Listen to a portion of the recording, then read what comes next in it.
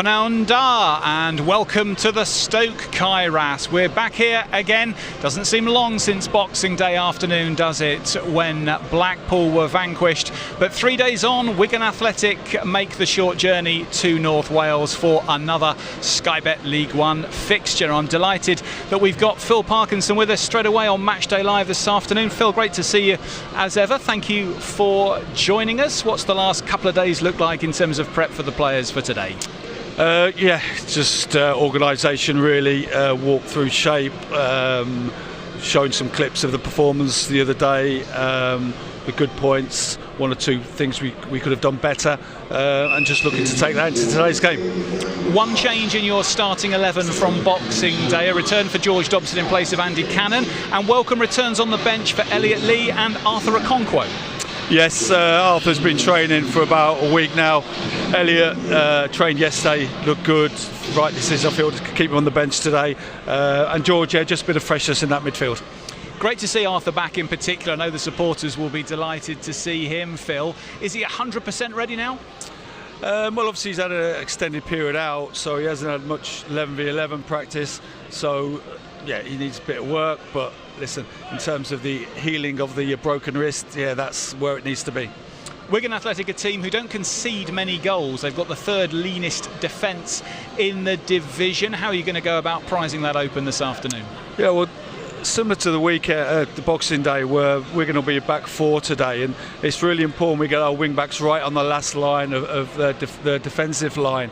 I felt we did that a lot better in the second half on Boxing Day, and you know, Wigan have got some good talented players, we know that, but you know, playing against the back four, we know the areas we can hurt teams, and we showed the lads some footage of the game against Blackpool, and when we did that, how effective we looked, and it's about reproducing that today, whilst also respecting their talented players. And you look at the weekend, Apter for Blackpool, who probably was Blackpool's key player. The job we did on him out of possession was great, and we've got to do that again today, because these have got some good players, but equally we've got to make them defend. We have to make them defend. We have to make the talented wide players take them to areas they don't want to go into, and just get that real intensity about our performance, that front foot feeling, and have that physicality in finishing our calendar year off with a true Wrexham performance. And this, of course, marks the halfway point in the season, Phil. Has it flown past for you from the dugout? Yeah, it's gone quick. It's been enjoyable, though. We've really enjoyed the division, and yeah, today's an important game for us. Like I say, the last game of the year, the calendar year, and yeah, we're ready. The lads have trained well yesterday. They understand the importance of the day.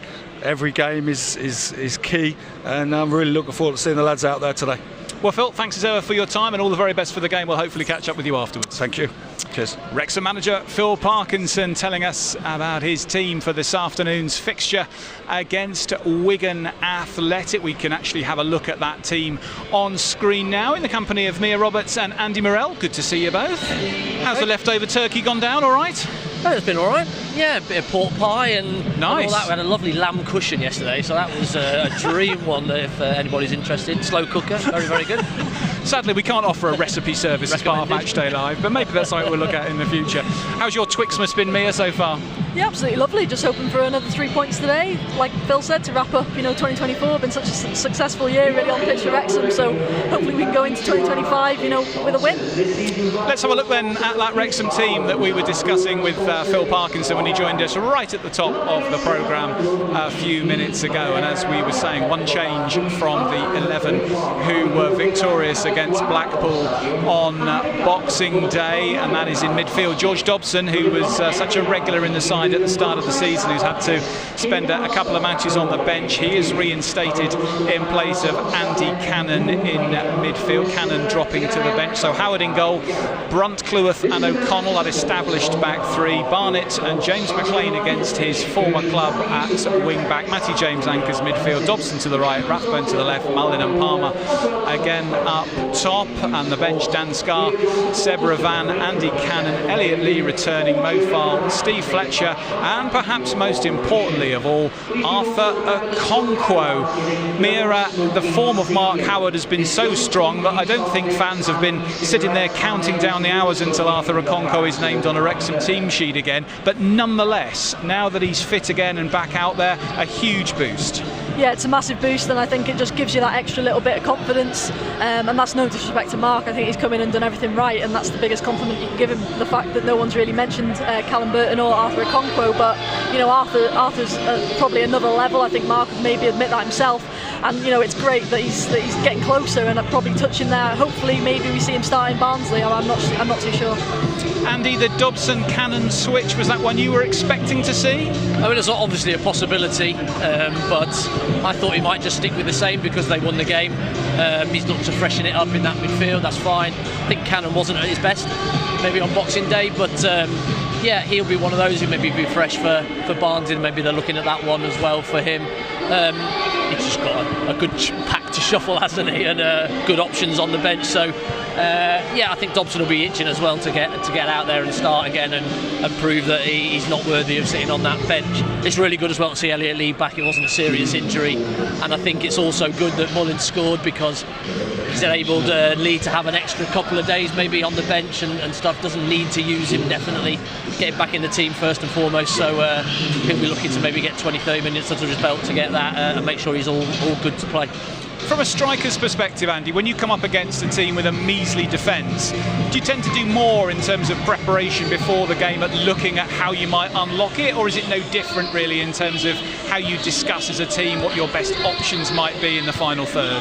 No, I think this team has a way of playing, and so that's the way that they will score goals. We get it wide, we put a lot of crosses into the box, that's how we score our goals. We're not really relationship bound, you know, around the edge of the box and stuff. And so, oh nice. Nice touch, not lost it. But yeah, I think Mullin will be and Palmer will both be looking very, very similar. Get in the box, get in between the posts. I don't think it'll be any different really to any other game. They'll just be looking to try and get on the score sheet and get on any one of those crosses. And Mia, although Wigan start in 14th, their recent form has been very good. 2 away wins at Bolton and Rotherham, both very tough places to win, and a draw at home. So Sean Maloney just starting perhaps to turn a corner with his team. If you've had 2 away wins on the spin, does that give you a level of confidence, do you think, coming to a place like this where Wrexham are unbeaten all season, that might make them a bit braver this afternoon than most teams perhaps are? Well, it doesn't do you any harm. I think, you know, you come here with that little bit extra confidence that maybe you would have otherwise, you know, if you had dropped points. So I think it's the first or only second time this season they've actually had back-to-back wins and good results. They've been quite inconsistent so far this season. I think you could probably put a lot of that down to the fact they're a very young side. I think they're, you know, the second or third youngest side in the league. So with that, you know, they don't have that same experience that maybe they had last year. They lost a few of them older ones over the summer, like Humphreys and Charlie Wyke as well, who have been big players for them over the last few seasons. So no, I think they'll come here very confident. They've got a brilliant defensive record. You know, I think they're 4th best defence in the league. Yep. The problem is for them, they're just not scoring goals. So, you know, I think that for them today might be their downfall. But no, I think they'll be coming here fairly confident that they can hopefully get something. What that youth brings is a bit of a naivety away from home, that no fear. They don't understand that coming to a full house and Wrexham not losing all season here, they don't see that, they don't fear that. They're just going to come and they're going to do their thing, which is great. They've got, like Mir said, a really young team and a really fast, youthful look about them. So we're going to have to be on our wits and ready to go. But I think Phil Parkinson said there about our wing backs being so important. It's going to be a really key battle formation-wise with a 4-1-4-1 for them and our 3 at the back. If we get our wing backs pushed on, then their wingers have to go and help, which then puts them in, that doesn't give them any outlet. We're here on Boxing Day. Blackpool made the relatively short journey from the Fylde coast and certainly gave Wrexham a real scare. In the end, though, it was another 3 points. Let's have a reminder of how that one played out. Throw to Blackpool then, I think, for taking short. And Wrexham having to defend on the right-hand side. Blackpool getting round the back of the defence. Ball comes in and Blackpool score. Ball into the near post. And I think it might have been Kyle Joseph who got that final touch. But I've got to be honest, if you saw it on the stream, you had a much better view of it than we had. So throwing is taken short by Husband, who was then released He drove it in, and Fletcher was there and headed it in with 2 players on him, and well, that's a bad start for Wrexham in the gloom. Yeah, but great start for Blackpool. You know, we were just saying it's very, very difficult for us to see that as it played out in front of us, but just watching it back on the stream, then it's a really nice little work goal from Blackpool, just from that throw-in out wide. Just catch Wrexham out, really. It's Ashley Fletcher who gets the goal in the end. Hasn't scored too many this season, hasn't really found his form. But boy, what a start he's made today.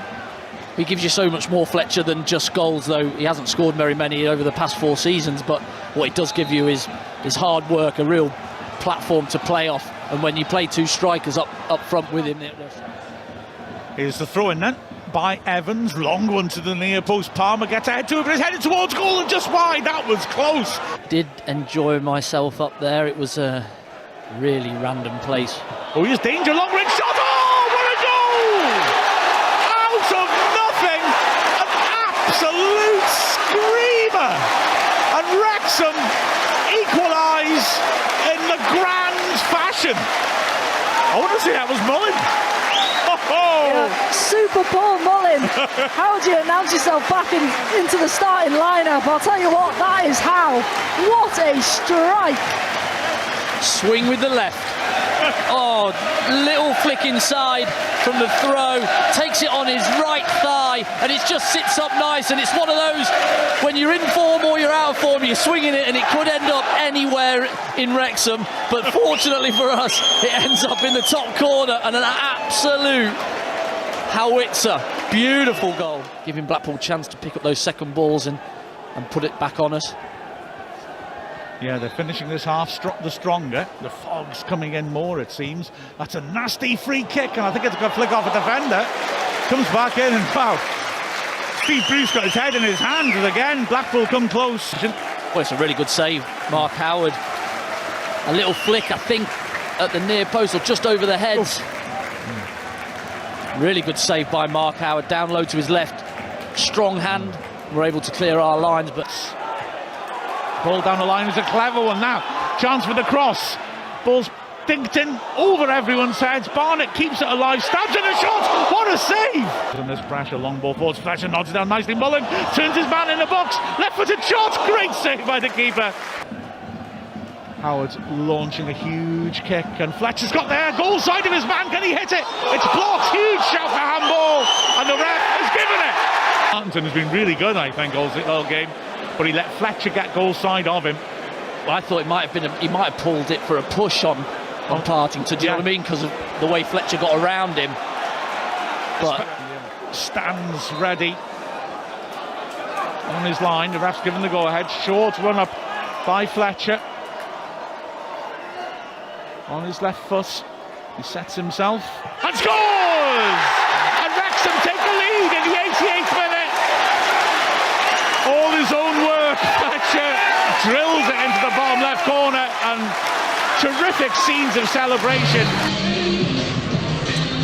Victory on Boxing Day then through the murk and gloom at the Stoke Kairas. I'm pleased to say no such challenges today here. The fog did linger in the Wrexham area for a good couple of days after Christmas, but now long since departed, thankfully, for this afternoon's game. Don't forget you can follow all the match action this afternoon through the iFollow service if you haven't got your pass sorted already. Head to wrexhamafc.co.uk/live and your options are all there for you.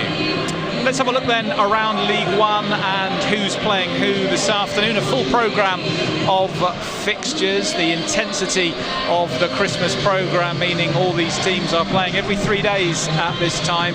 And 2 early matches have already concluded. Charlton beating Wycombe Wanderers by 2-1. That's excellent news from a Wrexham perspective at the top of the table. That result from the Valley. And Rotherham United holding Stockport County. Also good news from a Wrexham Wrexham point of view. Elsewhere today in the division, well, we can see Birmingham City at home to Blackpool there. Bolton Wanderers against Lincoln. Exeter face Crawley. Huddersfield take on struggling Burton. It's Leyton Orient against Cambridge. Peterborough Barnsley. Reading face Mansfield. Shrewsbury Town against Northampton, and Stevenage taking on Bristol Rovers. Andy, those top two results certainly a helpful start to the day. Yeah, they jump out, don't they, quite nicely. Obviously the players will know that they're full-time results there. Big win for Charlton against Wycombe, and so that makes it even more important for Wrexham here to step on it, get out the blocks early and make sure that you take the 3 points here to push Wycombe. We could jump them, I think, jump over them if we win. So yeah, really good start. I think Shrewsbury Northampton game's a good one at the bottom to have a look out for as well. I think that'll be a bit of a humdinger down there. And Mia, Blackpool going to Birmingham City. They've had a tough Christmas from the fixture computer, Steve Bruce's team. Did you see enough from Blackpool on Boxing Day to make you think they might be able to go to Birmingham and get something? I think so. I think particularly that first half. I think second half maybe. I don't think Steve Bruce would have been too happy with how they came out. But no, first half I was very impressed with them. I thought, I know we picked out Apter as one to watch, and I think James McClean actually mastered him really well. But on another day, I think he could have quite easily got the better of us and got a number of chances. So listen, we've seen Birmingham struggle at a few places this season. I know they're flying at the moment, but yeah, Blackpool is not an easy team to face at the moment. They were very good first half on Boxing Day.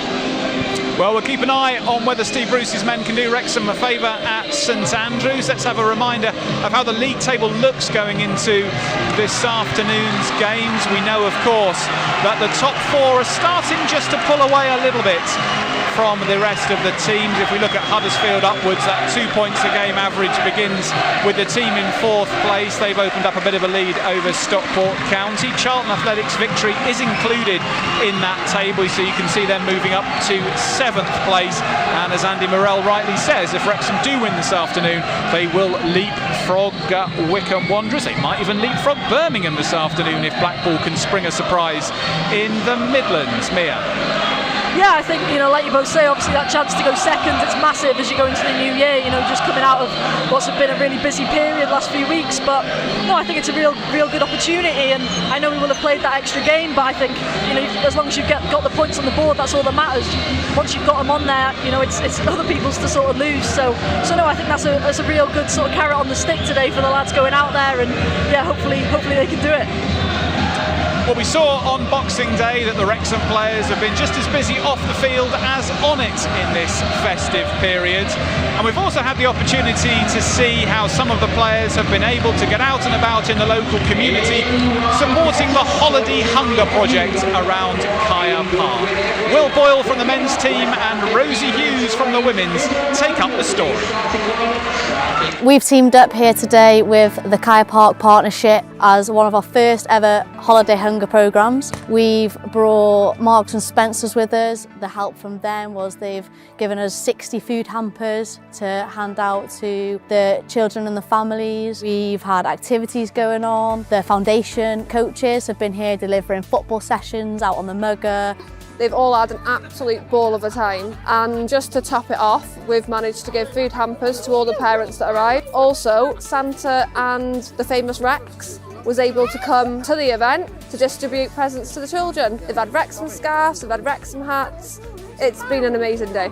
I think it was just so important, especially handing out the food hampers, seeing what it meant to the families that were so grateful for, just some things that we think as basic, carrots, parsnips, sprouts, but what I think means the most is these families now have got that relief off their shoulders, that they know that their kids are going to have food for Christmas, and then that's a less worry for the parents have to struggle with. For us as players to be able to come to projects like this and get out into the community and make kids' days and see the excitement, spread the excitement almost, is brilliant. We've just had a little girl come in and collect a hamper for her mother and father, and when she seen Rosie, she actually just started crying, and it was really nice to see. It's a little girl who follows football, she's seen Rosie and she's absolutely starstruck. It's important as well that, the support from the club and the foundation to show that these kids who may not be as lucky as some of us may be being brought up, that they've got this social side of things and they've got people that are looking out for them, especially the Kaya Park Partnership who, do this day in, day out. It's just so important to these families. I've lived on the estate all my life, so I know how hard it is growing up around here.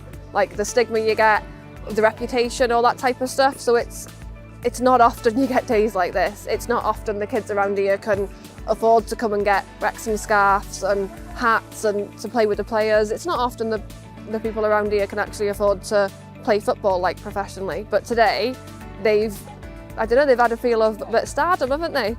They've had an absolute ball of a time. I've only been down here for a short period of time, but a bit of a hub of the community. There's a lot of people doing a lot of good work here for giving kids opportunities to enjoy themselves. At this time of the year, it's brilliant, but also all year round, it's something that's going on where kids can come and burn some energy, meet other people, and it seems something really good, really, that's going on. The community feel that I've seen here today, they're all looking after each other, they all want the best for each other, and I know from speaking to the Kaya Park partnership today that the community within Kaya Park, they give to the community to also receive, and I think it's so special that they've got each other's back.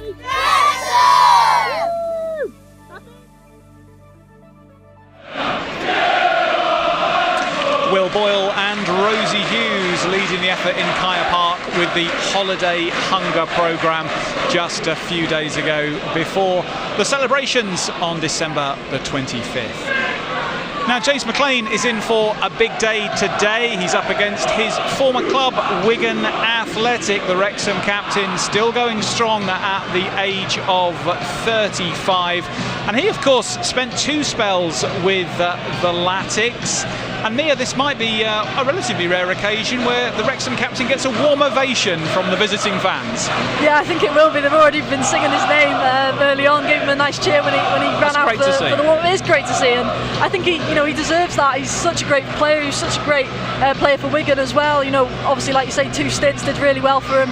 And yeah, I'm sure he'll relish every moment today. But I think he's been so good for us this season. I think he's probably been better than he was last season. I think he's really hit new heights, and like you say, at 35, what a great athlete as well as a footballer. I mean, to still be playing week in, week out. I think he started every single game in the league this season, and he's just been real top quality. I think there was a few games where he was on that sort of yellow card mark where you're thinking, right, he's going to be out for one soon, but he wasn't. He really kept his head, and fair play to him, he's done really well. So yeah, I think he'll absolutely relish today, and I'm excited to see the performance he puts out.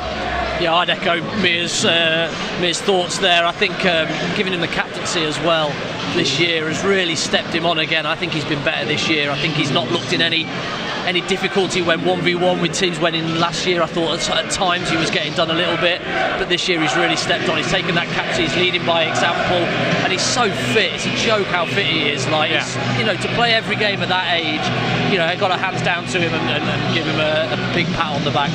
And Mia, as a fellow left footer yourself, how difficult is it, do you think, for him to keep that defensive mindset as part of his left wing back role here? Because most of his career he's been a winger, and he's played over 500 club matches, another 100 for the Republic of Ireland, and most of those have been a bit more attacking focused than he plays now. So is it difficult for him relatively late in his career to kind of get that defensive muscle developed a bit?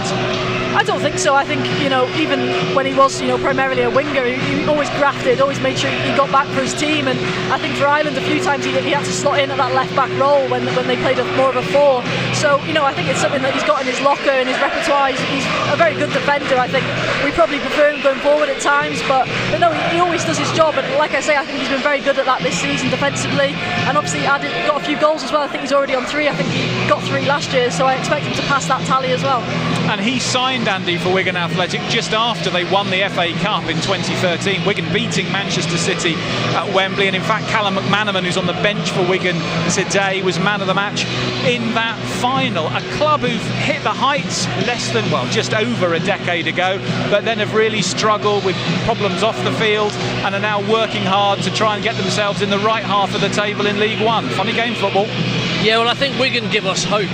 This is what is possible. A football club that were in the lower leagues, and they went and they had their day in the sun. They played, they won the FA Cup, they were in the Premier League for a fair few years. Yeah. I think that gives us as a club, we can do it. It is possible to do it, to have those sorts of days, those memories.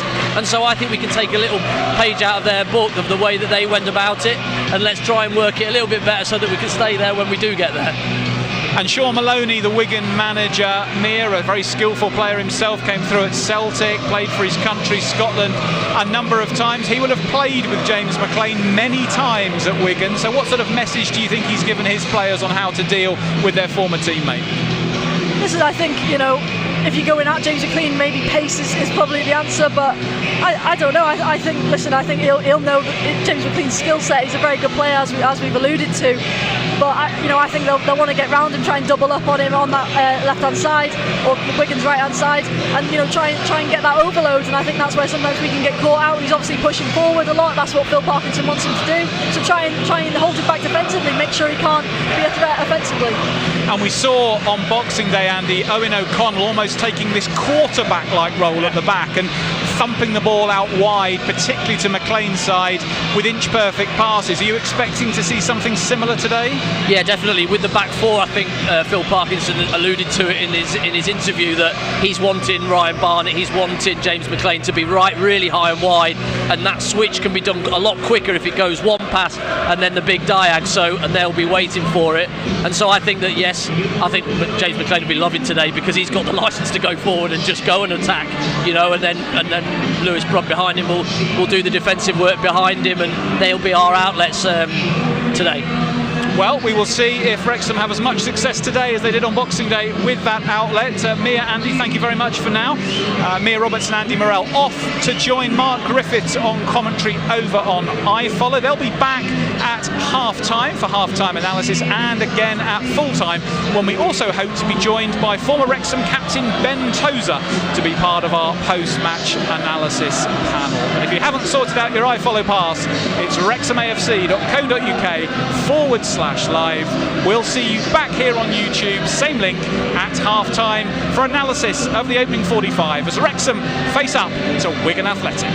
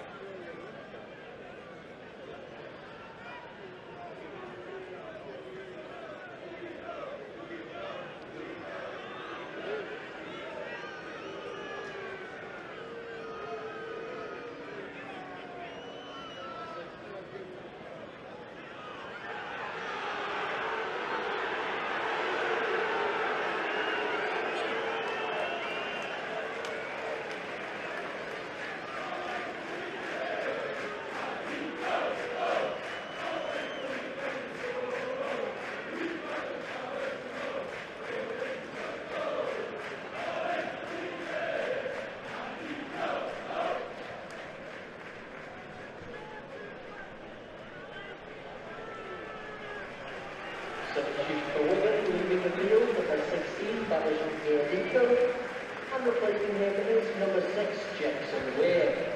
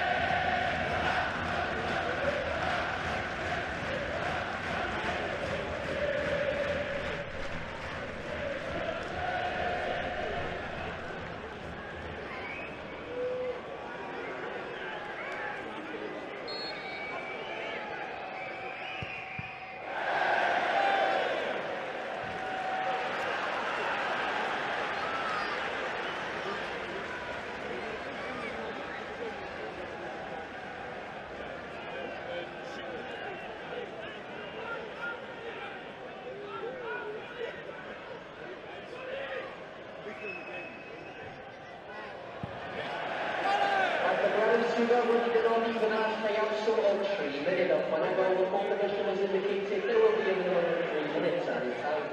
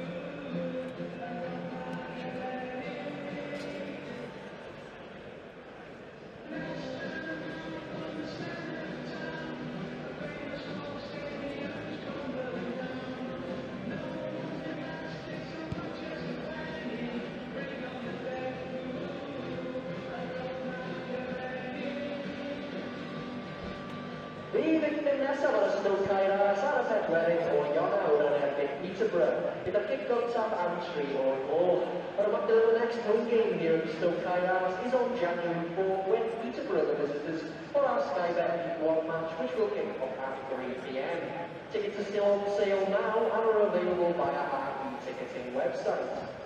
Bydd merched Wrexham yn chwarae nesaf yn erbyn Abertawe am y deuddegfed o Ionawr. Wrexham AFC Women's next home game is on January 12th when they face Swansea. Match tickets will be available via our e-ticketing website.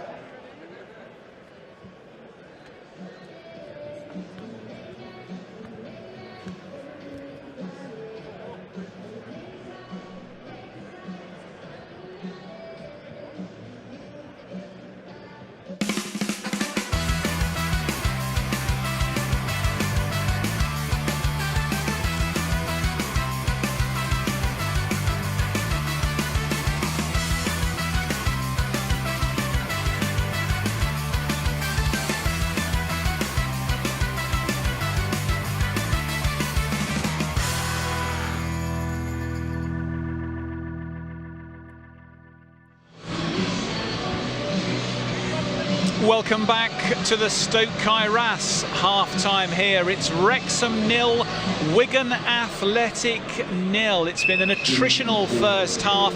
Neither side really able to fashion a clear-cut chance.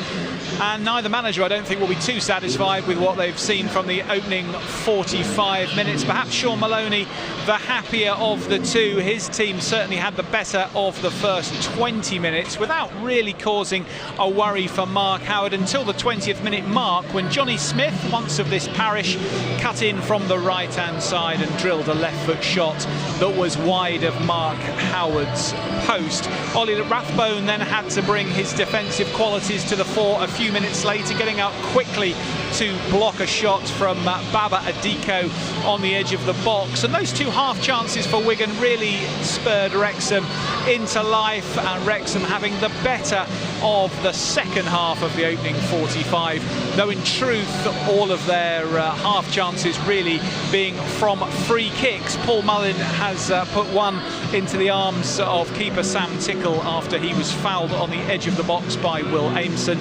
James McClean has fired one into the wall from the other side, but in truth the visiting keeper has not had to work too hard. Wrexham struggling to fashion those chances in the final third, with both midfields working hard to cancel each other out. Andy Morrell and Mia Roberts have been working their way through the first 45 on commentary. Mia, how did you see it? I thought Wigan started really well. I thought, you know, they put us under some real pressure, particularly out on this left-hand side. I thought Ryan Barnett was struggling at times with his opposite man, and yeah, I thought they came out really well, to be fair to them. And then, like you say, we grew into it a bit in that first half, but I don't think Phil Parkinson will be too happy. I think he'll be happy with what we've got in at 0-0, but past that, I don't think there's too much to talk about, really. No real clear cut, like you said. Set pieces probably the most we can talk about, which to be fair to them, I didn't think were, you know, as by our usual standards on set pieces, where we're usually, you know, a massive threat. I didn't think the quality was of normal. So no, listen, I don't think there's too much to touch on really from that first half. But Wigan, of course, there's a couple of problems. I know they're probably similar in having had, you know, the same in terms of clear-cut opportunities, but you know, the shape they're going, it has caused us a few problems so far. Andy, do you think there's any aspect in the opening 45 that's a bit of a hangover from having played so recently on Boxing Day? I don't think so. I think it's the same for both teams, isn't it? So I just think Wigan have been... I meant from both teams, actually. Oh, right. Well, there you go. I think Wigan have been very, very good. I think their plan that they've come with, their formation that they play has really confused, I suppose, Wrexham, and we don't really know what we're doing. We're 3 for 3 in midfield. They are 3 for 3 up top as well. They're stopping the balls forward that O'Connell was playing on Boxing Day, and they've sort of nullified our threats forward, so we ended up hitting it a little bit longer into Ollie Palmer, and he's not had as much joy as he normally does, and anything he has won hasn't really fell to us because our midfield is so far away. And so we've got a lot of work to do, I think, at half time, to try and plan it and plot it and how we're going to go about making and getting James McClean on the ball. He's virtually had half a pitch at times, but we just can't get the ball down to play it and switch that ball. So we're going to have to somehow make a pass or two to then be able to get it out to our wing backs, and then let's have a go at them from there. We talked to me pre-match about Owen O'Connell's distribution in the match on Boxing Day, but as Andy touches on, that very strong press from Wigan is giving a lack of time on the ball, isn't it, for the Wrexham back three? Do you think that can be sustained through the full 90, or we start to see that press weaken a little bit as players get a bit tired, do you think, later in the second half? No, I think it will weaken, but they've got players on the bench who've got good energy, so they've got that to bring on in abundance, really. But I think Owen O'Connell's struggled a bit in that first half against Dale Taylor. I think he's put him under some real pressure. He's dropping in at times, and obviously our two guys in midfield are pushing on with it was Adiko and Smith, I think, and Asgard. Sorry, Adiko's obviously now gone off, but yeah, I think O'Connell at times is finding it a bit difficult whether to stick or sit in behind. But hopefully this second half, like Andy says, they'll rejig and hopefully come out a bit stronger in the second. I think we've just got to be a bit braver. Get O'Connell on the ball and make him pass it into Matty James, who's got to be the sitting one, or either of the other two midfielders. And can we bounce it out to McClean rather than trying to go and then get second balls? We've got to try and just be brave on it and try and play a little bit more, I think. Would you look to bring Elliot Lee into the fray quickly in the second half? I saw him and Andy Cannon come out as soon as the players came off for half-time and warm up. Do you think this is one of those games where maybe on the hour mark, perhaps sooner, Phil Parkinson says, right, I need a bit more of an attacking edge? He's normally set in his ways, Phil, and on 65, 70 minutes for his substitution. He doesn't rarely panic at half-time. But I think Elliot Lee will be certainly one that you sort of look at that maybe could drop and make an overload in midfield if we are going to play a little bit more and try and drag a few of their bodies around a bit. I think their rotations have been really good in midfield and we've really struggled to get a hold of it. I said, hopefully we could do that to them in the second half if Elliot Lee did come on. I think Mullin could even do it if he wanted to. He could drop in and be the one that dropped in and made that extra man if we needed. Yeah, that's the other formation we've sometimes seen, Mia, isn't it? Where Paul Mullin drops back and is the front of a midfield diamond, and then you bring Mo Farl or perhaps Steve Fletcher on, as well as Ollie Palmer. And I would have thought Phil Parkinson will probably give it a little bit of time before he makes any sort of significant changes like that, but he's going to have to be tempted if the pattern continues to do that midway through the second half, you'd think. Yeah, I think so. I think it's been very difficult for our midfield three to get on the ball because of how good Wigan have been on that press, particularly in central areas, but that has then meant we found it much harder to get the ball out wide to James McClean or Ryan Barnett, and we've had to go for that switch by at times when Lewis Brunt or I think Max Cluith has done it a couple of times. By the time they've made that switch, Wigan have actually managed to get their shape on the other side of the pitch, so it's becoming really hard for us.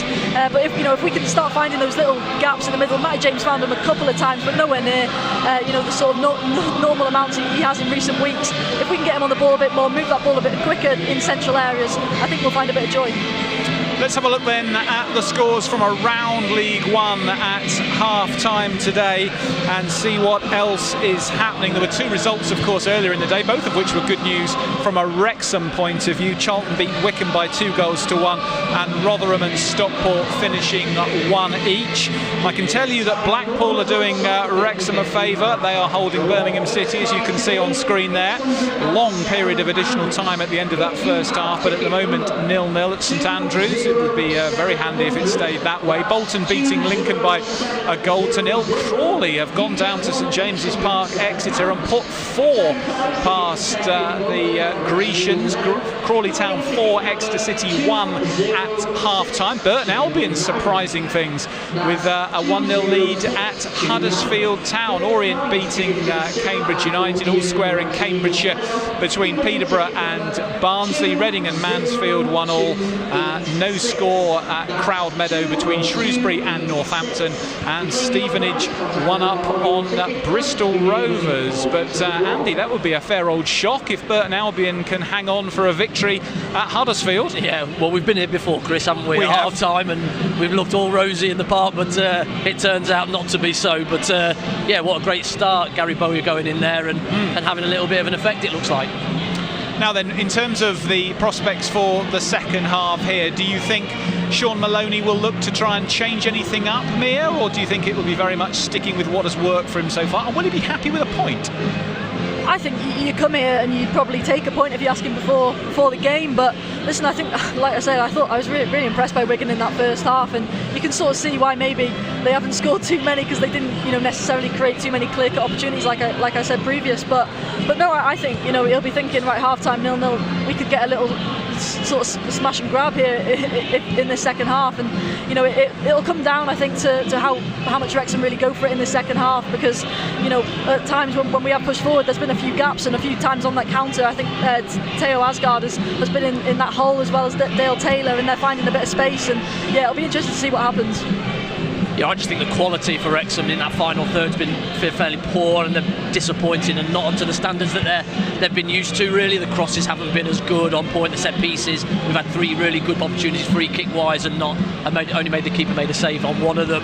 So I think that Phil Parker's going to be in there going, right, when we get in that chance, get your quality right through the roof, put your balls in, get Ryan Barnett running at his man rather than trying to just take it early. I think we've got to try and ask that question first, and put a little bit of quality in that final third to try and unlock that defence. Well, at the moment, looking round the division, a few surprise scorelines and a surprise result earlier from the Valley. Here's hoping that Wrexham can find another gear in the second half to ensure this result here goes to the form book. 110, drawn 2, lost none, of course. Phil Parkinson's team's incredible record at home this season. Will that remain as strong when we return at full time? The players are coming out for the second half imminently, so it's time to head back to iFollow, wrexhamafc.co.uk/live to get your pass if you haven't got one already. Mia Roberts and Andy Morrell will be back with me at full time here, same link on YouTube, where we hope to be joined as well by former captain of Wrexham, Ben Tozer. We look forward to seeing you then.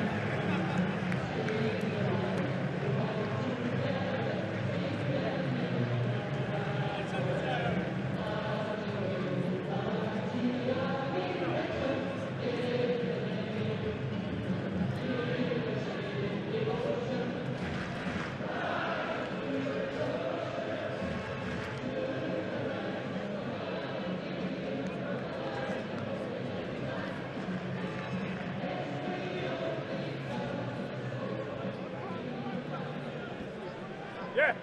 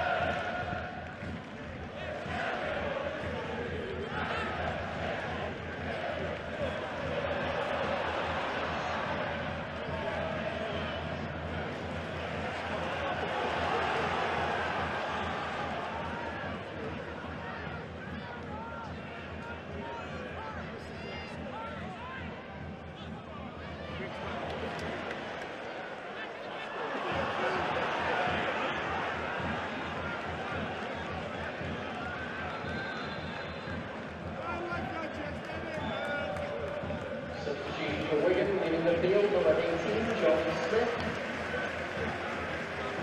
Being placed by number 29, Silco Thomas.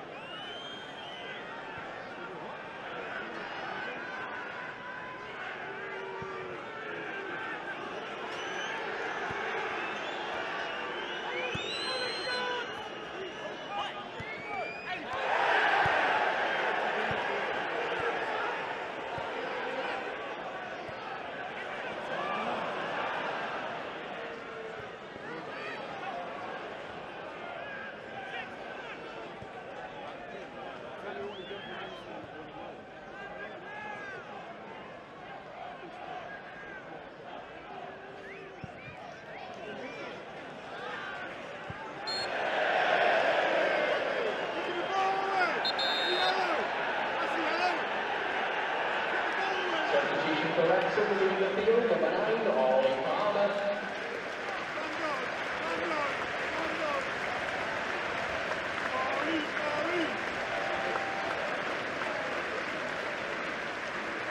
He's been replaced by number 26, Stephen Fletcher. And leaving the field, number 10, Paul Mullin. He's been replaced by number 48, Elliot Lee.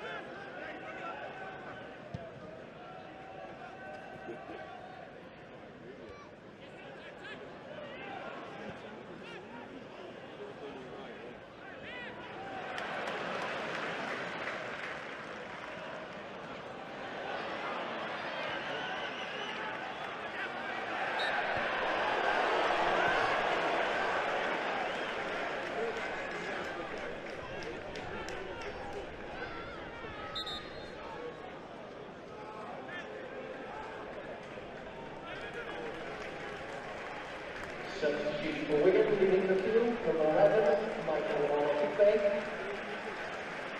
He's been replaced by number 9, Joe Ginger.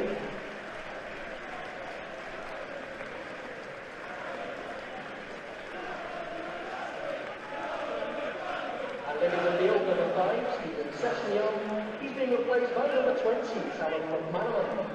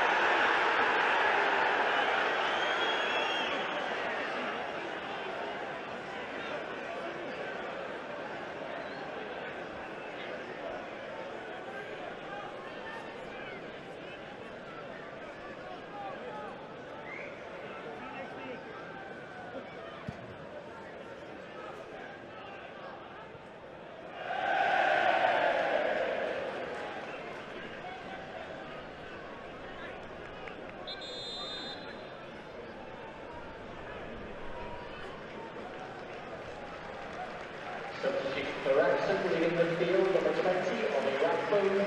He's been replaced by number 22, Mo Farr.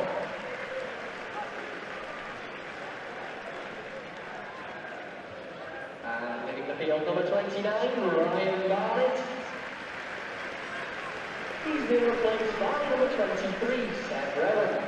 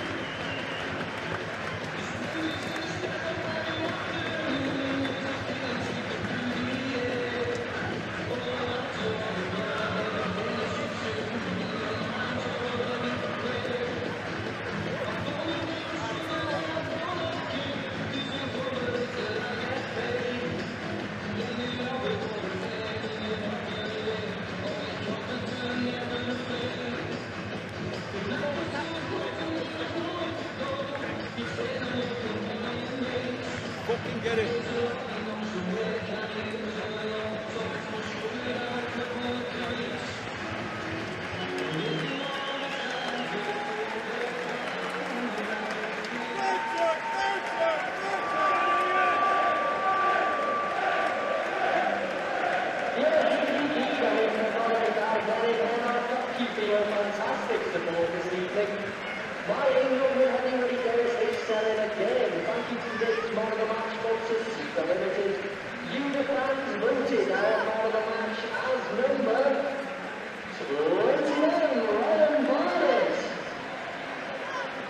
Mount Academy had the other stuff like us, either Gmail, Chican, Chican, have our email attachment to the road when you take you out on our Wigan.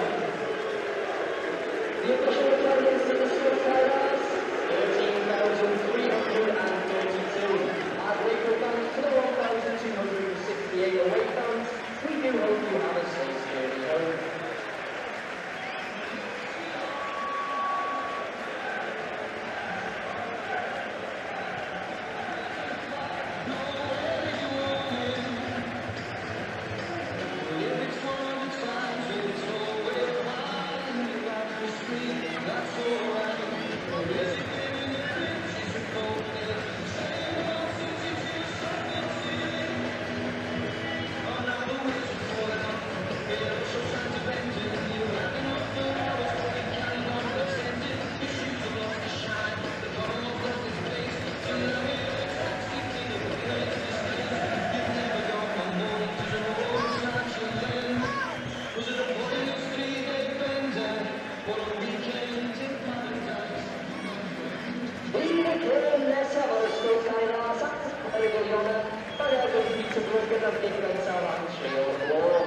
A reminder, the next home game here at the Stoke Skyrass is on January 4th, when Peterborough are the visitors for our Sky Bet V1 match, which will kick off at 3 p.m.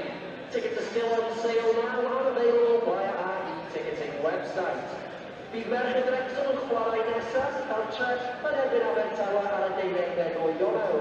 Wrexham AFC Women's next home game is on January 12th, when they face Swansea. Match tickets will be available via our e-ticketing website.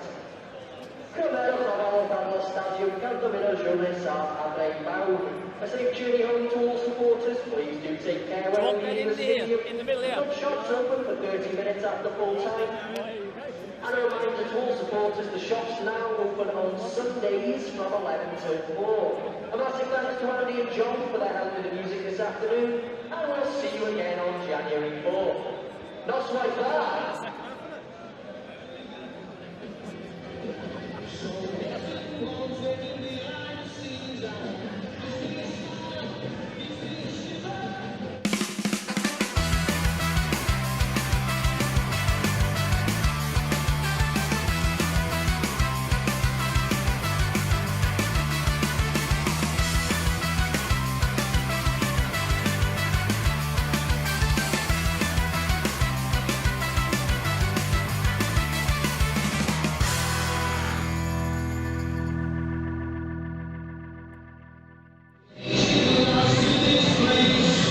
Welcome back to the Stoke Skyrass, where Wrexham have done it again. Home win number 11 in the League One season.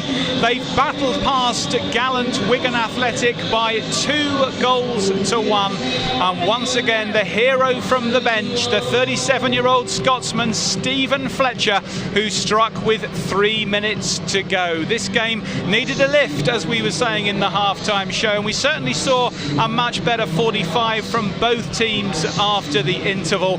Wrexham taking the lead on the hour mark. Ryan Barnett cutting in from the right wing, and his left foot shot taking a deflection to give Wrexham the lead. It looked like, though, the home side might have to settle for a point as Joe Hugill came off the bench and sprung to head home past Mark Howard with 11 minutes to go, but Fletcher wasn't having any of that, chesting the ball down and hitting it on the swivel left-footed to send the racecourse into raptures. Mia Roberts, Andy Morell and special guest former Wrexham captain Ben Tozer alongside me to pick the bones out of that one. Ben, perhaps we'll come to you first. What did you make of that second half showing from your former club? Well, the second half was definitely much better than the first half. There's no denying that. I think it deserved it, second half. First half, I think they did a really good job getting in 0-0. Considering, you know, they had the better chances. We didn't create much. There was a couple, almost just before half time, you were thinking, let the half go on another 5 or 10 minutes, because they were just starting to come into it. So I think, yeah, happy with the result, of course. Performance, second half, you build on that, and 3 points, that's it. Mia, what did Wrexham do differently after the interval? I just think they looked a bit more confident. I think, I think the Wigan press probably dropped off a little bit, that Sean Maloney will probably be disappointed with. I think they'll be massively disappointed to leave here with nothing in the end. But, I mean, it just speaks for itself, this home record. It just feels like it's sort of inevitable at times when it gets towards the end of games. I mean, you played in it last season. I don't know how you found it playing, at this place. It just always feels like we're going to find that winner, in the dying embers, even if we're not, looking favourites in a game. I think I don't think the fans realise how valuable they are at times. They can make such a positive influence on you as a player. You can get sometimes first half it looked like they're lacking a bit of energy, and they needed a bit of energy from somewhere.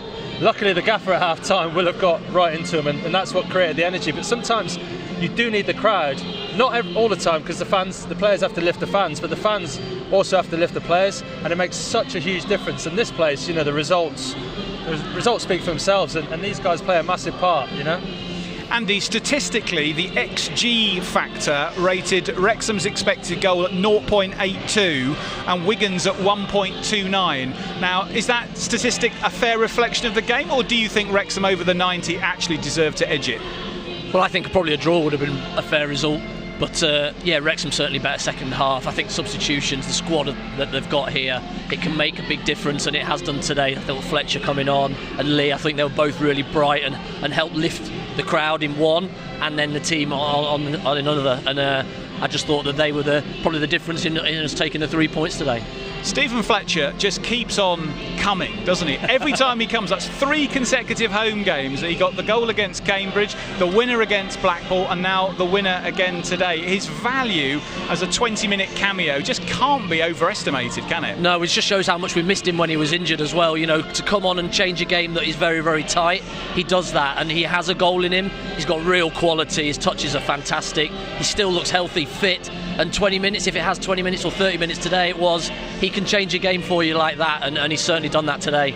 Ben, you obviously had the chance to play with Steve Fletcher. What does he bring? Because I'm sure you'll have marked him on the training ground on countless occasions, as well as obviously being part of the same side.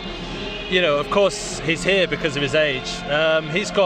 Fletcher's got everything, apart from age isn't on his side, unfortunately.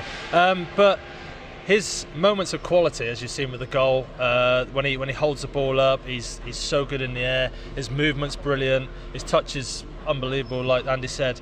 And like you say, when he's taking that touch with his chest, and you're thinking, let it fall to one person, it's him. He's taken the touch and he's put it in. You think, that's just Fletch. He's got that in him. So he's someone who players look to and think, go on, win us the game, and that's what he's done. He seems to also have the ability, Ben, not to need a sighter and almost to have this instinct as to where the goal is, because I remember his goal against Cambridge was very similar. He didn't seem to look up, he just knew where he wanted to put it, scored with almost his first touch then, and okay, he's had a few more touches this time, but again, he hasn't really had a look at goal there. He's just hit it, and he's hit it in an unsavable place.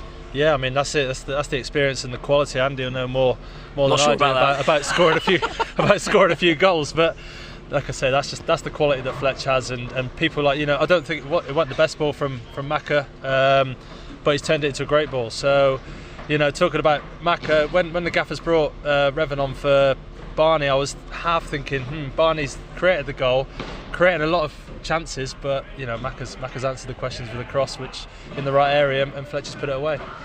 Let's take a look at all the statistics from today's game, though, both in attack and defence, and see what additional insights that brings. Wigan actually shading possession, the Latics with 53.3%, Wrexham, as you can see there, with just under 47, exactly identical, same number of shots, although Wrexham with more on target. But look at Wigan's corner count, 8 corners for Sean Maloney's side against just 2 for Wrexham. They may well feel that they were worthy of a point here today. Let's have a look then at the defensive statistics from this afternoon's proceedings. Wrexham with more tackles won, edging it slightly on interceptions and winning more aerial duels. Mia, interesting on the blocked crosses there. 6 for Wrexham, just 1 for Wigan. An indication again, I think, of Wrexham's hard work, particularly out wide in protecting their own penalty area. Yeah, I think so. And Wigan, I thought created half opportunities, didn't really look like they were going to create too many clear cut. I thought particularly first half, and you can sort of tell they're a side that are struggling for goals. But you bring on someone like Joe Hugel, who's scored so many. I know, obviously a youth level, and he gets his third, and he looks like someone in the future could definitely be some star striker further up the levels. Let's have a bit of a word about the claim for a Wigan penalty. 7 minutes from time, Callum McManaman going through, Lewis Brunt with the challenge. No, Andy Morell's shaking his head. No, I think he's seen it. I thought Brunt had a great position, showed him out wide, and he's done really well because he's just got ahead of him, and I don't think Callum McManaman's got anywhere to go, so the only choice is really to go down, try and get some contact. I thought Brunt, played really well. He was my man of the match today. The view from the attacker is no penalty. From the two defenders, have we got alignment? I actually think it's disappointing because the ref didn't double down on it. I think it should be a yellow card for diving. Right, okay. I'd be disappointed if I'm Brunty, in that situation. I've defended so well there, and there's been a hairy moment, and I'm thinking, come on ref, back me up even more so. It's a yellow card for diving for me. Mia? In agreement? Yeah, it's never a penalty for me. I mean, I think I only saw it live when it happened, but no chance. Definitely, well done. Manager and captain reunited here. Yeah. Phil Parkinson joining Ben Tozer with us. Thanks for coming out, Phil. You must be delighted with that victory. Yeah, first of all, great to see Ben. Key player for us over the last few years, and Youngie popped in to see us a couple of weeks ago, and it's great to see the lads come back. And I know Ben will have got a great reception round the place today, and he thoroughly deserves it, not just for his performances on the pitch but his leadership with the group as well, and he's great for us. Absolutely. And then the game today, Phil, when the equaliser went in with 10 minutes to go, what was going through your head at that time? Well, we'd made positive subs with Big Mo coming on, and you always felt there was another chance in us with the quality we had at the top of the pitch, and it was a great goal from Fletch. He took it down on his chest, and he's hit it low, and it's gone in the bottom corner. These are a good side, and they've done well on the travels. They beat Bolton the other day, they beat Rotherham at the weekend. They've got a lot of dangerous attacking players, and we let a cross come in, probably didn't mark as well as we should have done in the box, but the response was great. Did we get our kind of structure as well as I'd have really liked it out of possession? Was the detail where it needed to be? Probably not at times, but in terms of guts and kind of fight and spirit, I think that was all there. Of course, we can play better, and I just said the lads, they kind of got energy in the presses, and I felt we went back to chomp too many times second half, and we need to open up and play forward into our 2-8s and get our wing backs in those dangerous positions like we did for Barney's goal. But listen, you can't fault the lads what they've given us today. There did seem to be a big step up in intensity though after half time, Phil. What were some of your messages at the break? I just said more or less that these were a team with energy, which we knew, so to work our feet quicker so we could play and pass the ball. We're just a little bit laboured with the ball and making angles for each other, and just the detail without the ball, could it be a little bit better, starting with the front two and then going all the way through the team, and just little bits and pieces of detail are so important to adjust at half time. And then we did better after the break, but like I said, credit to them. They're a good team, they've got good options off the bench, but so have we, and ultimately the subs have won it for us again. And just to pick up on that point, Phil, last 3 games now, Steve Fletcher's come off the bench for you and scored every time. To have a weapon like that on the bench must be a dream for you as a manager, to be able to throw on in the final quarter. Yeah, well, it was different today because he came on at 1-0. It's unusual for Fletcher. We normally put him on when it's at this level or we're getting beat, and he's just got immense quality. His quality is incredible, and not just his goal, but when the ball goes up to him it sticks, and he'll flick headers onto people, and he passes it with his head almost at times, and 3 goals from the bench is not bad in recent weeks. Wycombe, having lost at the Valley today, moves you back up into second place in the table, Phil, and of course this victory continues this astonishing run at the racecourse. 11 wins and 2 draws, a fantastic way to close out the year, and hopefully will mean that you can relax, enjoy the New Year celebrations, feeling pretty content with life. Yeah, we said to the lads today about finishing the calendar year with a win, and we've been able to do that, and you're not always at your best. You're just not. I thought second half against Blackpool we were really good, probably as good as we've played. today we weren't at our best, but as Ben knows, many times when we've been like that, we've managed to get results, and that's what football's all about. It's impossible, when the games come thick and fast, always to be at your best. And you look at the scores around the country. Burton have gone to Huddersfield and drawn. There's been results like this because it is hard to keep reproducing. But in terms of character and mentality, we've always kind of had strength of character as one of our key recruitment kind of strategies, because when games like that, that's when the character stands strong. And Dobbo, I think, typified that, particularly the second half for us. And it's a brilliant win. Just finally, Phil, one of the things you said in your programme notes today when you were reflecting on the year was about unity amongst the coaching group, the playing group, and Ben's just been explaining to us just how much a lift the fans can give the players in tight games. Just want to close on how you're feeling at the moment around the club in terms of that connection between coaches, players and supporters. Yeah, well, listen, I've said it many times, but it's so important that we're a team, and it's not just a team on the pitch, it's the lads who didn't start, it's the coaching staff, it's everybody behind the scenes, and it's every supporter who comes in and buys a ticket, because we need everybody, and that's the only way you're successful. And Ben will tell you, when the games come thick, and it's a game 3 days time, there is that little bit more fatigue in the lads' legs, and the adrenaline the crowd can give us can just lift us to go and win the game like we did today. Phil, thanks so much for coming to speak to us. Many congrats on the win, and all the best for Barnsley, of course, on New Year's Day. Thank you very much.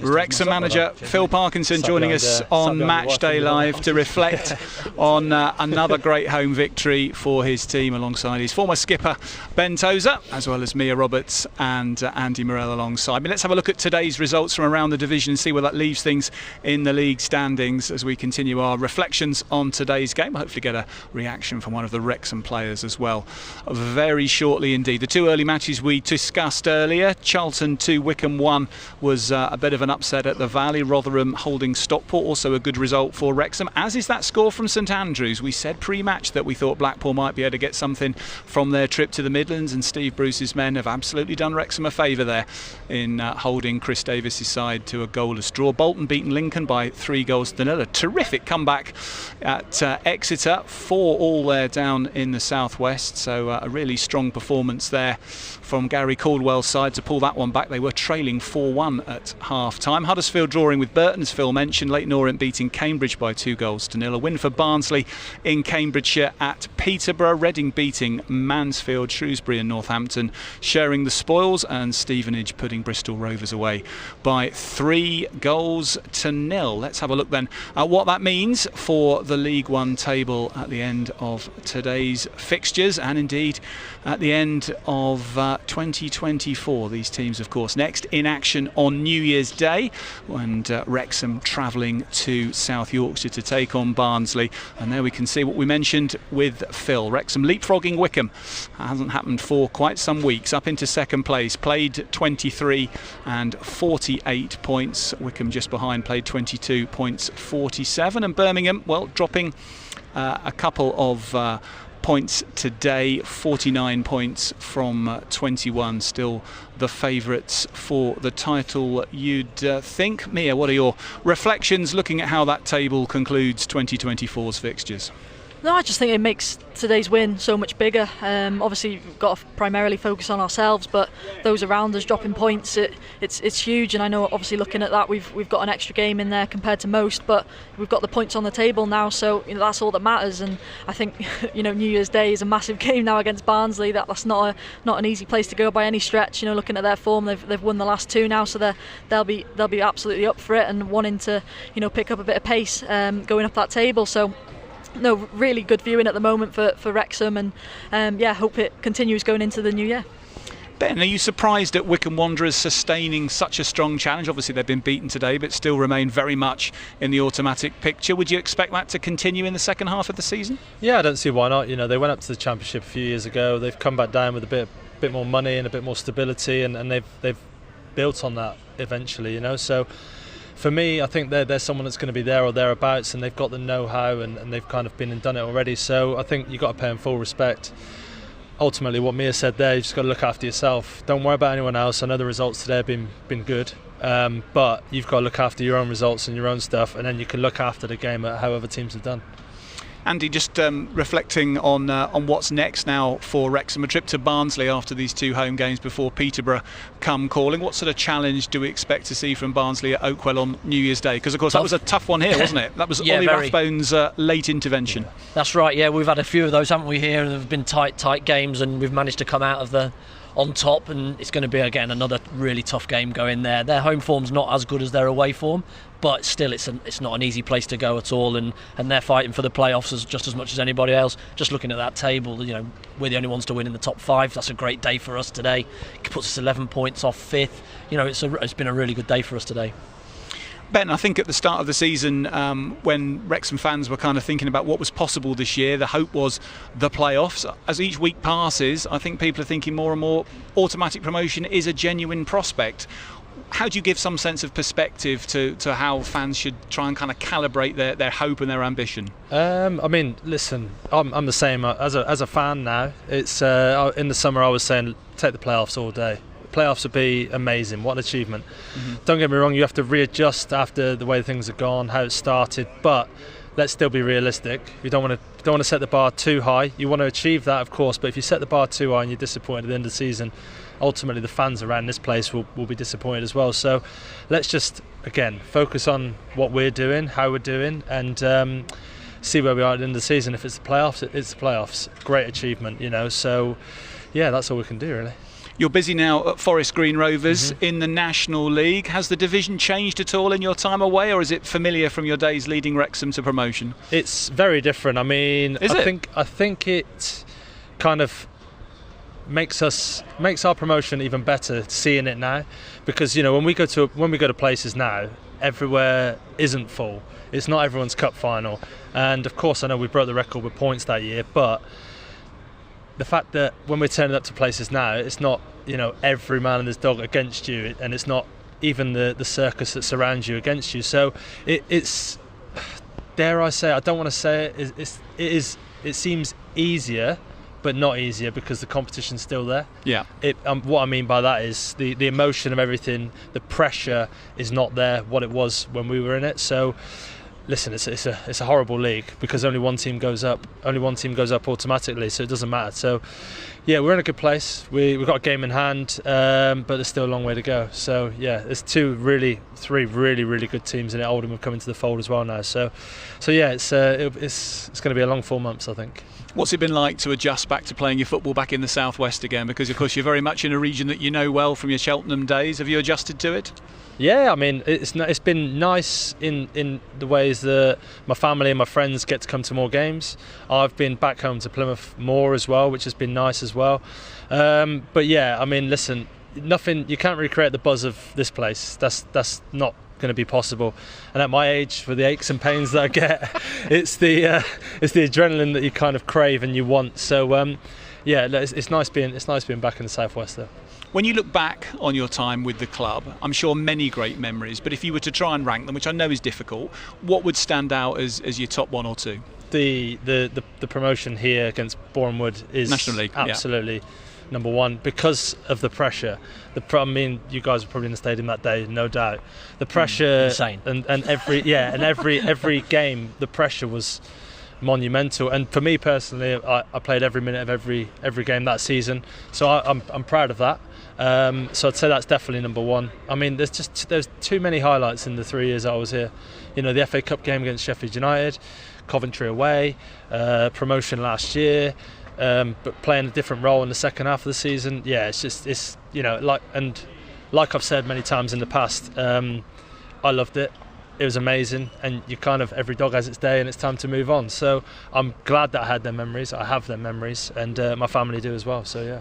Have you been able to bring any of the essence of some of the things that you did here, or some of the learnings you had here, into the Forest Green dressing room now, and talk about some of those? Yeah, you don't. Everyone asks you what's Wrexham like, what's this like, what's it? You don't want to bore people because all you're ever talking about is Wrexham. Ultimately, I'm at Forest Green, but for me, it's about. I've always loved learning from different managers and different people with different cultures and your surroundings and stuff, and I think that's something that not only you have to take forward in football but in life, and it's just, for me, that's huge. And I've got, like I say, lots of great memories, and I learned a lot here about myself, as well as football. So yeah, that's what it's about really. I think just learning and evolving. Just while you've got you as well, Ben, just talk about the development of Max Cleworth, someone who initially, when you played alongside him, was very callow and learning the game with yourself and Aaron Hayden in particular. When you look at him now at League One level and doing some of the things and being able to have that critical eye on what a centre-back is doing at different points in the game, where have you really seen him develop, and how high do you think he can go in the game? I think he looks more like a man now. He's always had the attributes, and trust me, there's more to come from Max as well. He's been superb this season. He's been so good. I think probably for me only Barney's been that bit more standout. But yeah, for Max, kind of the world's his oyster. He wants to learn. He works so hard in the gym every day in training. He's on it. I mean, he's such a nice kid as well. I'm quite proud that he's taken the number 4 shirt as well. My little boy's like, yes, Max got it. So yeah, it's just nice. And I saw his dad before the game in there and had a good chat with him. And he's a nice lad, and I wish him nothing but the best. Mia, today I thought again the back three were very strong, Max, as we've been discussing. But what were your thoughts on Lewis Brunt as well today? I think he's just got so much to his game, and I think week by week it's just looking like a better signing. And in obviously the summer, Mansfield were desperate to get him, and I think what a great coup that was to evade them. So no, I think he has so much, so many strengths, and one of the biggest ones I love when he goes on those little driving runs, and I think he's just getting better and better. He just looks so comfortable on the ball, and I think that's what the game was sort of calling out for from a Wrexham point of view. Needed people to be a bit more brave on the ball, and he did that, and he opened up the space. Made a few opportunities from those runs, and his leap as well. I don't know about you, I just think he gets up so well. And again, like Max, he's got age on his side, very young player, and what a great asset for us to have. And Andy, we've talked about players who've had to wait for their opportunity this season, Ollie Rathbone, Matty James in particular, but of course the flip side of that is players that were getting a regular game at the start of the season find it more difficult to get back in. I mean, Tom O'Connor today, not in the match day 18. What could Tom or similar players do on the training ground to try and force their way back in when you've got a team like this that are winning so consistently? Well, I think what's important is, and from Ben's day, is the culture at the football club, is that those people that aren't in the 11, aren't in the 16, they train really hard. They really push the lads that are in the shirt, that when they take the shirt and they do well when it comes along. But 2, it keeps the standards, it drives the standards at the level that needed to win games like this. And he's just as important as the person, Fletcher, who's scored the winner today, because of the way that they train and they go about their business. But that was all set 2 or 3 years ago, the culture of the place when Ben was here, of those standards being driven every day. And if you're not in the team, you don't moan, you just get on with it, and you've got to push to try and get back in. And Ben, having led the group through that period that Andy talks of, I'm sure, of course, the ambition is always to keep a squad where everyone's pointing in the same direction and focused and backing the players on the field if they're not. But there must be times, inevitably, where there's disappointments or players see guys coming in who are going to play in their position. How do you deal with that as a leadership group, yourself, Phil and others, to try and keep the harmony? People are always going to have their moments when they're left out of the team, left out of the squad. They're going to sulk. But the gaffer, it's recruiting the right people as well. And for me, when I wasn't playing, it's kind of setting an example by the way that you behave, and letting people know that I'm not going to sulk. I'm not going to be the one to spit my dummy out. And it's not about me, because ultimately it's about the lads that are on the pitch. And if I can do anything to help the lads that are on the pitch, then ultimately that helps me, because if we're winning, we're all winning. So that's the way you kind of have to look at it.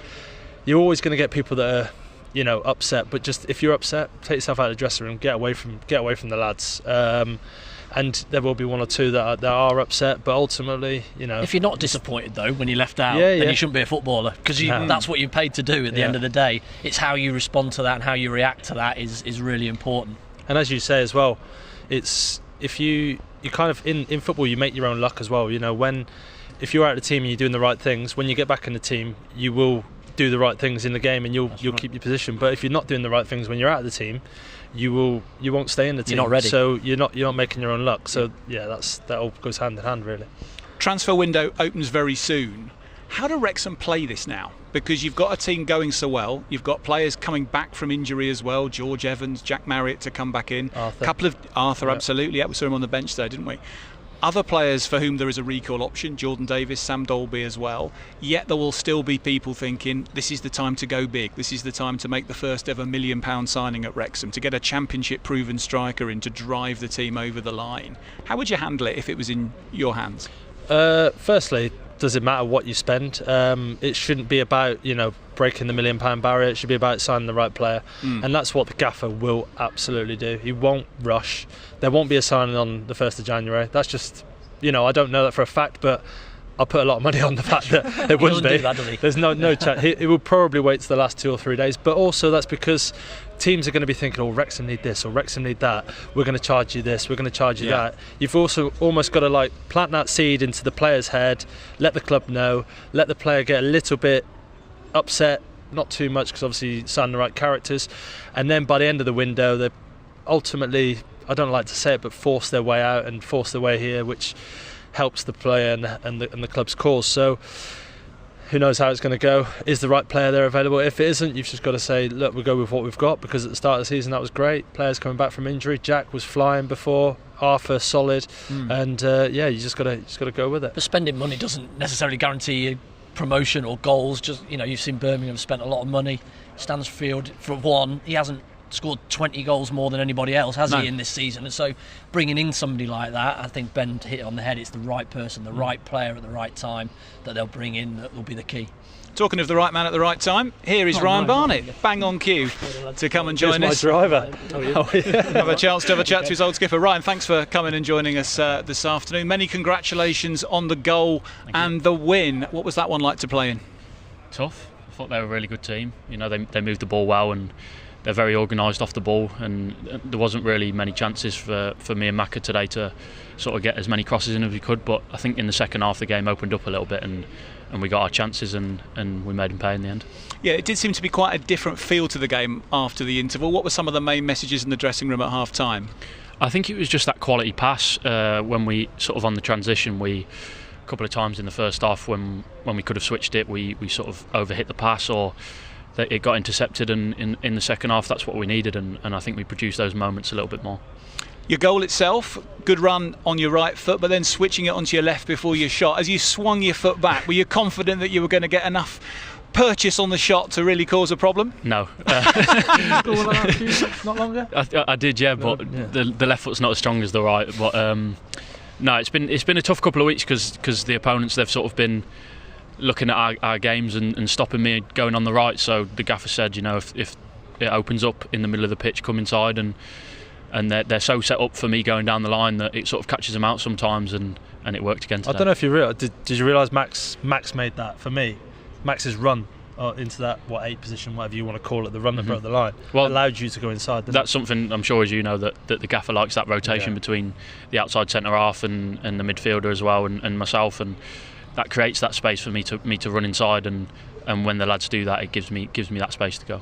When the equaliser went in, what was your immediate thought about what was possible in the remaining time left in the game and what you were going to have to do to try and turn that back into a win again? Well, it's happened a few times, hasn't it, the last few weeks? We need to cut out these scrappy goals. That's the only downside to today, I think. You're sort of thinking, here we go again when they score, and is it going to be another draw? But when you've got Stephen Fletcher on the pitch, he can produce a moment like that, and he's done it again. We were talking about Stephen just a few minutes ago, Ryan, and when you see him coming on, does it give you a bit of a lift now? Because his reliability off the bench to do something, and in the last 3 games here to score each time, must give you so much belief that there is going to be another opportunity to come, and he may well take it. Yeah, you're bringing on a player with that kind of experience. You know that if he gets the chance, he's going to finish it, and even in training, I know he's getting towards the end of his career now, but he's one of the best players in training every time. I'm sure Toes will tell you that. Is he? Yeah. He shows that quality every day in training, and he scores goals like that all the time. So it's a pleasure to play with him, and he's helped me a lot with sort of pointers with my game, and he's a really good player to have in the box. And just finally, Ryan, as we hit the midpoint in the season today, you must be delighted with how it's gone for you in League One, and I'm sure you've really enjoyed the first half of the campaign. Yeah, I've really enjoyed it.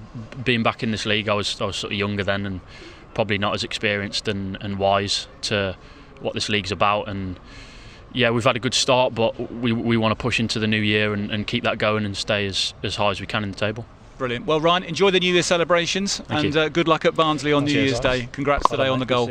And on the win, Wrexham wing-back Ryan Barnett, scorer of Wrexham's first goal today in their 2-1 victory over Wigan Athletic. Ben, we'll let you go in a second. You've been very calm and kind to stand out in the cold with this. If Forest Green get promoted this year, do you fancy another crack at League 2 next year? We'll cross that you were going to say Vegas then. I fancy that. That's better, You might be able to get Dale Vince to take you. Might have to walk there. Listen, we'll cross that bridge when we get to it. That's something that you think about there and then. So yeah, let's just look after what we've got to do now and then see what happens. Brilliant. Well, Ben, thanks for joining us today on Matchday Live. Thank you very much. Cheers, mate. Cheers. Good luck for the rest of the season down at the New Lawn. Ben Tozer, former Wrexham captain, giving us his thoughts as we wrap up today's victory here at the Stoke Kairas as Wrexham return to second place in the table. Andy Meir, you're off to Oakwell, I assume, on New Year's Day? Correct, yep. Keep a low profile on the on New Year's Eve, I think, so that we've still got a voice to talk to the masses with. That will be certainly helpful, and then we'll be back here for Peterborough a couple of days after that on the 4th, so we'll see you then. Thank you very much.